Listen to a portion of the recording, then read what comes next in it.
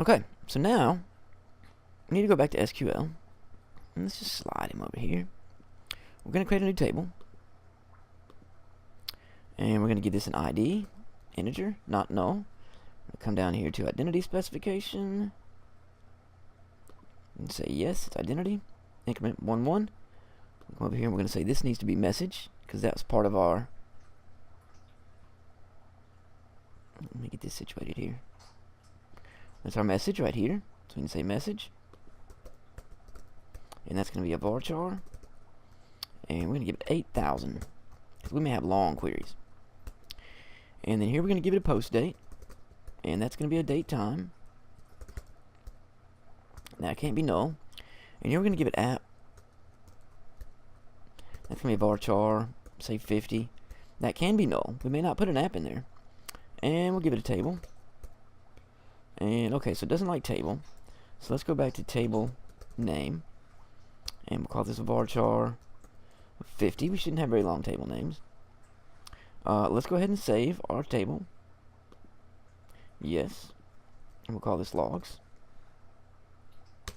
So we need to correct two things. First off, this needs to be logs. And this needs to be table name. Okay. Table name. Sweet. So let's go try something out. Let's try it.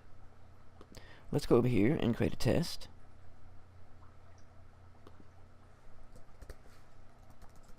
PHP. Now, let's go ahead and get our PHP set up.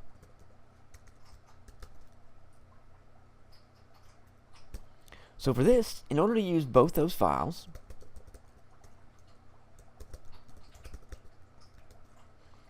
we need DB connection, and we need logs. So every time we have a file, we're going to have these references. So instead of using these references, here's what we can do. New text file. We'll call this headers. PHP. And we'll just open them up. We're going to go back to this other one. And we're just going to copy this. I'm going to paste this in there. Save it. Close them out. So now all we need to do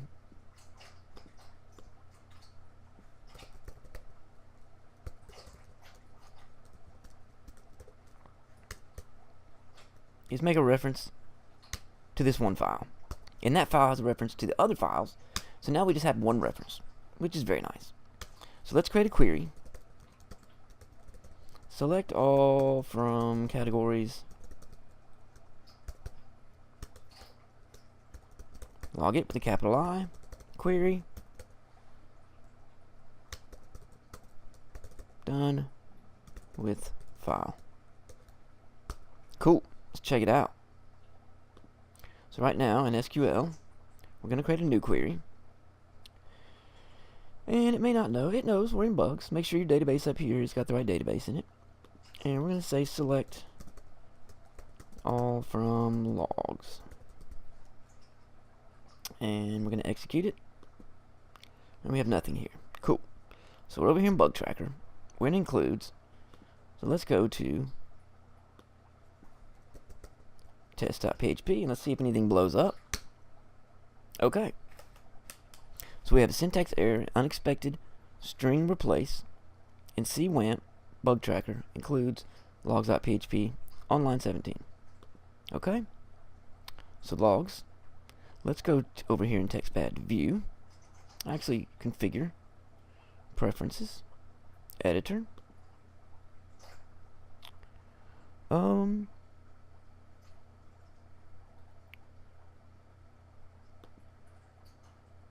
Line numbers. There we go. Okay, what line was that? 17. 17. Okay, yeah, we missed our equal sign right here. Fair enough. No worries. Save that. Now you may have to go through and find 50 bugs when you're typing this stuff out. Don't get discouraged. It's okay. So we're done with this file. We didn't get any more errors. I'm glad we got that error. That's cool. So let's go back and run this again.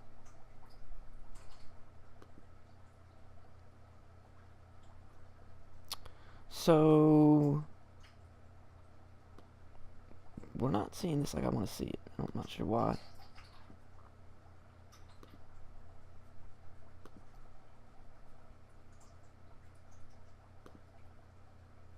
Okay, so view.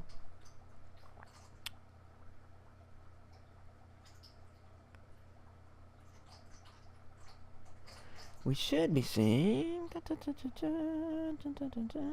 We should be seeing our records. I don't know why SQL doesn't let me show me this view here.